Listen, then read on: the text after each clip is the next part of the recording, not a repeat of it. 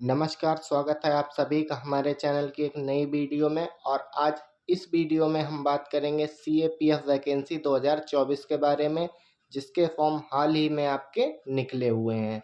तो देखिए, बहुत सारे बच्चे इसमें फॉर्म डाल चुके होंगे और बहुत सारे डालना भी चाहते होंगे, और बहुत सारे बच्चे ऐसे भी होंगे जिन्हें पता नहीं होगा इस विषय में। तो अगर आपने 12th पास किया हुआ है तो ये आपके लिए बहुत ही बेहतरीन मौका रहने वाला है, बहुत ही बेहतरीन जॉब रहने वाली है और आपकी परमानेंट जॉब है। तो आप लोग इस वीडियो में बने रहिएगा।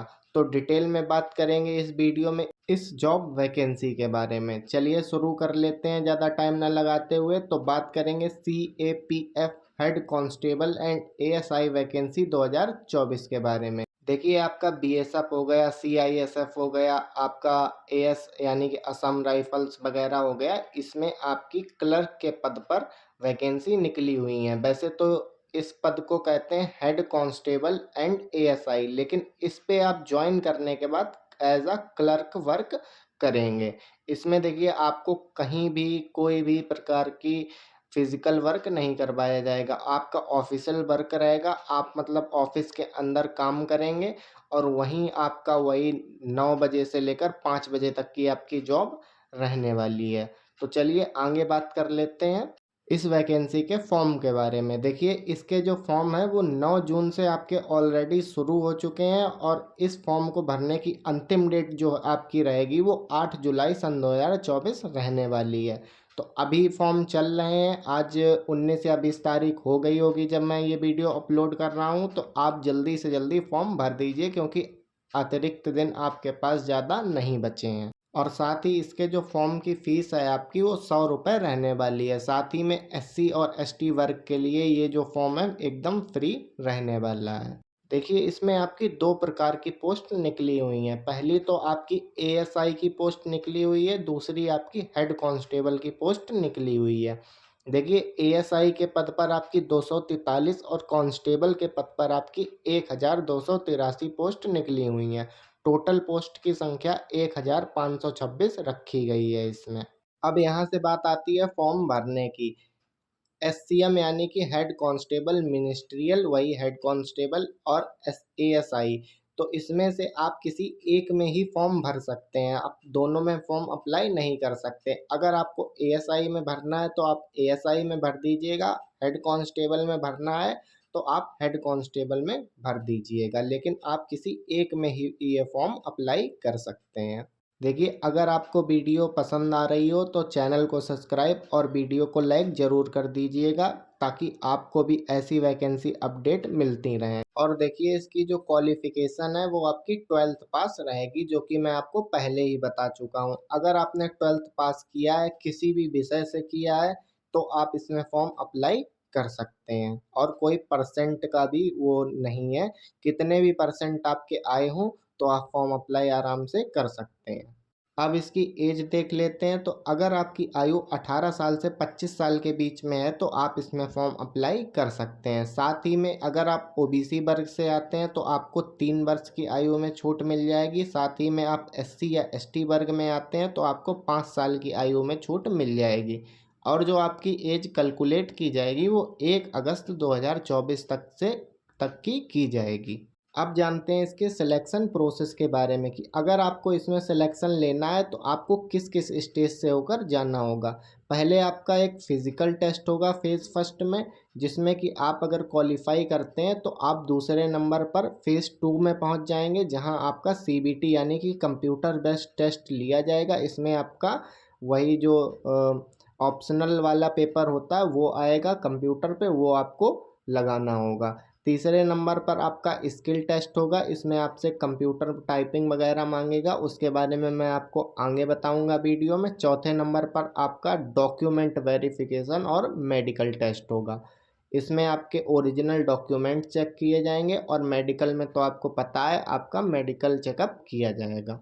तो यहाँ पर सबसे पहले हम जानते हैं आपके फ़िज़िकल टेस्ट के बारे में कि आपसे फ़िज़िकल टेस्ट में क्या-क्या लिया जाएगा। देखिए, अगर आप जनरल श्रेणी से आते हैं तो आपकी लंबाई जो है वो 165 सेंटीमीटर होनी चाहिए। साथ ही में जो आपका चेस्ट है वो 77 सेंटीमीटर होना चाहिए। फुलाव के साथ आपका जो चेस्ट है वो 82 सेंटीमीटर होना चाहिए। इसके अलावा अगर आप गढ़वालिया, कुमाऊनी, गोरखाओं, डोगरा, मराठों ऐसे क्षेत्र से आते हैं तो आपकी जो हाइट है वो 162.5 सेंटीमीटर, आपका चेस्ट 77 सेंटीमीटर और फुलाव के साथ 82 सेंटीमीटर होना चाहिए। साथ ही में अगर आप अनुसूचित जाति में आते हैं तो आपकी लंबाई 162.5, चेस्ट 76 और फुलाव के साथ 81 सेंटीमीटर होना चाहिए। उसके बाद बात की जाए महिला उम्मीदवारों की, तो जनरल में आपकी लंबाई 155 सेंटीमीटर, साथ ही में गढ़वालियों, कुमाऊनी, गोरखा, डोगरा इत्यादि की 150 सेंटीमीटर, साथ ही में अगर आप एसटी कैटेगरी से आती हैं तो भी आपकी 50 सेंटीमीटर हाइट होनी चाहिए। जो महिलाएं हैं उनमें कोई चेस्ट की नाप नहीं रखी जाती, ये केवल लड़कों के लिए होता है। साथ ही में बात कर लेते हैं, देखिए रनिंग की बात की जाए तो लड़कों के लिए 6 मिनट 30 सेकंड में 1600 मीटर यानी कि 1.6 किलोमीटर की दौड़ रखी गई है। साथ ही में महिलाओं के लिए 4 मिनट 45 सेकंड में 800 मीटर की रनिंग रखी गई है। देखिए, अगर आप ये फिजिकल क्राइटेरिया और रनिंग निकाल देते हैं उसके बाद आपका एक सीबीटी टेस्ट लिया जाता है जिसमें आपसे कुल 5 विषय 100 नंबर के पूछे जाते हैं और उसमें 100 क्वेश्चन ही आपको देखने को मिलते हैं। देखिए, सबसे पहले आपसे हिंदी या इंग्लिश पूछा जाता है। आप अपनी इच्छा अनुसार चाहे हिंदी के क्वेश्चन सॉल्व करिए, चाहे इंग्लिश के क्वेश्चन सॉल्व करिए, आपकी इच्छा रहती है इसमें। ये आपसे 20 नंबर का पूछा जाता है, 20 क्वेश्चन इसमें पूछे जाते हैं। उसके बाद आपका रीजनिंग आता है जिसमें 20 क्वेश्चन आपसे 20 नंबर के, मैथ में भी आपसे 20 क्वेश्चन 20 नंबर के। उसके बाद आपका क्लरिकल एप्टीट्यूड जिसमें 20 क्वेश्चन 20 नंबर के और उसके बाद आपका बेसिक कंप्यूटर जिसमें 20 क्वेश्चन 20 नंबर के आपसे पूछे जाते हैं। इसके अलावा आपके जो प्रश्नों की संख्या रहती है वो 100 रहती है, इसके लिए आपको 100 ही नंबर दिए जाते हैं। इसे करने के लिए आपको जो टाइम दिया जाता है वो 1 घंटे 40 मिनट का यानी कि 100 मिनट का आपको टाइम दिया जाता है। 100 क्वेश्चन, 100 मार्क्स और 100 मिनट का आपको टाइम दिया जाता है। अगर आप सीवीटी परीक्षा पास कर लेते हैं तो आपको स्किल टेस्ट के लिए बुलाया जाता है। देखिए, इसमें आपका जो स्किल टेस्ट होता है उसमें एससीएम का और एएसआई का दोनों का अलग-अलग स्किल टेस्ट रहता है। पहले बात करते हैं एससीएम की, तो इसमें आपको टाइपिंग करके दिखानी होती है। आप हिंदी या इंग्लिश किसी में भी टाइपिंग कर सकते हैं। आपको इंग्लिश में 35 वर्ड पर मिनट टाइप करना होता है और हिंदी में आपको 30 वर्ड पर मिनट की स्पीड से टाइप करना होता है। देखिए, इसमें आपको 10 मिनट दिए जाते हैं और 10 मिनट में आपको 350 वर्ड इंग्लिश में और 300 वर्ड हिंदी में टाइप करके दिखाना होता है। अब बात कर लेते हैं एएसआई के स्किल टेस्ट के बारे में। देखिए, इसमें आपका स्टेनोग्राफी टेस्ट लिया जाएगा जिसमें आपको 10 मिनट मिलेंगे, साथ ही में इसमें आपको 800 वर्ड 10 मिनट में लिखने होंगे और इन्हें शॉर्ट हैंड में आपको कंप्यूटर पर उतार के दिखाना होगा। हिंदी वालों को ये उतारने के लिए जो है वो 65 मिनट का टाइम दिया जाएगा और इंग्लिश टाइपिंग वालों को 50 मिनट टाइम दिया जाएगा ये 800 वर्ड कंप्यूटर में शॉर्ट हैंड में लिखने के लिए। यहाँ आपके मन में सवाल आ रहा होगा कि क्या इसमें टाइपिंग या कंप्यूटर से संबंधित कोई डिप्लोमा लगेगा? तो आपके लिए मैं बता दूं कि इसमें टाइपिंग या कंप्यूटर से संबंधित कोई डिप्लोमा नहीं लगेगा, बस आपको करना आना चाहिए। आप इसमें फॉर्म अप्लाई कर सकते हैं, किसी भी प्रकार के डिप्लोमा की ज़रूरत नहीं है, केवल 12th आप पास होने चाहिए। अब यहाँ बात कर लेते हैं ज़रा आपकी पोस्ट के बारे में। देखिए, आपकी जो एएसआई की पोस्ट है वो लेवल 5 की पोस्ट है यानी कि थोड़ी बड़ी पोस्ट है ये, और आपकी जो एससीएम यानी कि हेड कांस्टेबल की पोस्ट है वो लेवल 4 की पोस्ट है। ये एएसआई से थोड़ी सी एक लेवल छोटी पोस्ट रहती है आपकी। साथ ही जान लेते हैं इन पोस्ट पर मिलने वाली सैलरी के बारे में। देखिए, जो आपकी एएसआई की पोस्ट होती है वो आपकी 2800 ग्रेड पे की पोस्ट होती है जिसमें आपको इन हैंड सैलरी सब कुछ मिला के 56,000 रुपये पर मंथ मिलती है। उसके बाद आपकी जो कांस्टेबल होती है, कांस्टेबल की पोस्ट होती है वो 2400 ग्रेड पे की आपकी पोस्ट रहती है और इसमें आपको इन हैंड सैलरी सब कुछ मिलाकर 46,000 के करीब मिलती है। अब जानते हैं आपकी जॉब प्रोफाइल के बारे में। देखिए, जो आपकी जॉब प्रोफाइल रहती है वो कोई आपको उसमें फिजिकल वर्क नहीं करना पड़ता। आपकी ऑफिस सेक्शन के अंदर क्लरिकल पोस्ट पे आपको काम करना पड़ता है।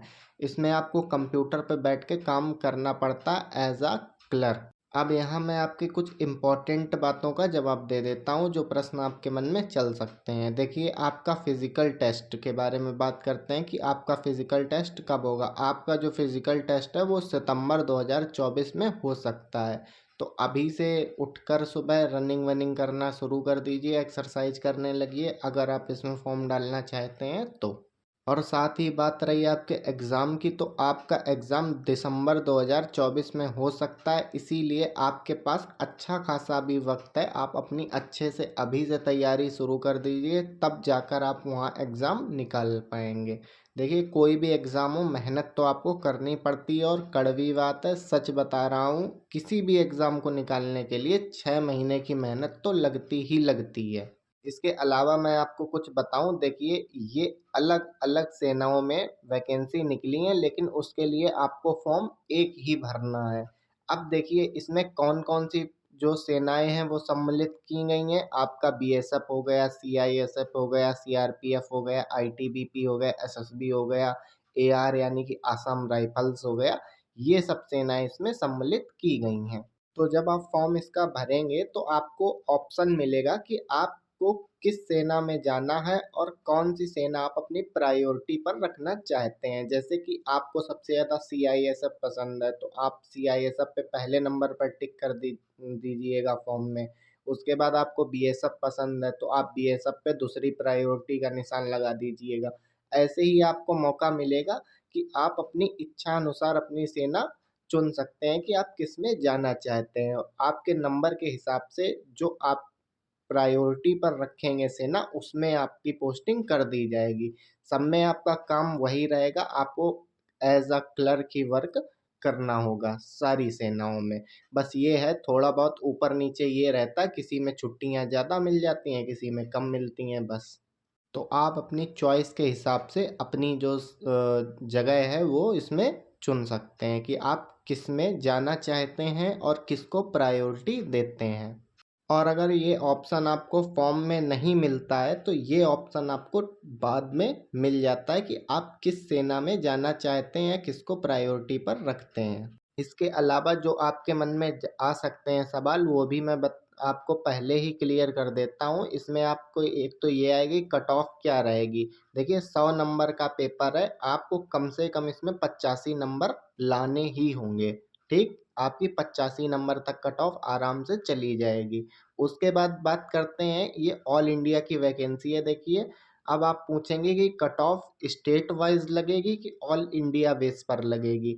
तो मैं आपको पहले ही क्लियर कर दूं, इसकी जो कट ऑफ है वो ऑल इंडिया बेस पर आपकी लगेगी, कोई स्टेट वाइज आपकी कट ऑफ नहीं लगेगी। और तीसरा, एक और मैं अपनी तरफ से बोल देता हूँ, बहुत लोग ये कंफ्यूज होंगे कि एनसीसी के सर्टिफिकेट का इसमें कोई रोल या फ़ायदा मिलेगा। तो देखिए, एनसीसी के सर्टिफिकेट का ना इसमें कोई आपका रोल रहेगा, ना उसका कोई आपको फ़ायदा मिलेगा। तो उम्मीद है आपको सब कुछ अच्छे से समझ में आ गया होगा। मैं आपके मन में उठ रहे सभी सवालों का जवाब आपको मिल गया होगा। और साथ ही अगर आपके मन में अभी कोई और प्रश्न रह गया हो तो आप मुझसे कमेंट में पूछ सकते हैं, मैं सभी के प्रश्नों का अच्छे से उत्तर देता हूँ। चलिए, वीडियो पसंद आई हो तो वीडियो को लाइक, चैनल को सब्सक्राइब ज़रूर कर दीजिएगा ताकि आपको ऐसी वैकेंसी अपडेट मिलती रहे। और मैं ऐसे ही फुल डिटेल के साथ आपको हर चीज़ की अपडेट देता रहूँगा इस पेपर के बारे में। तो चलिए, धन्यवाद वीडियो देखने के लिए, मिलते हैं नेक्स्ट वीडियो में।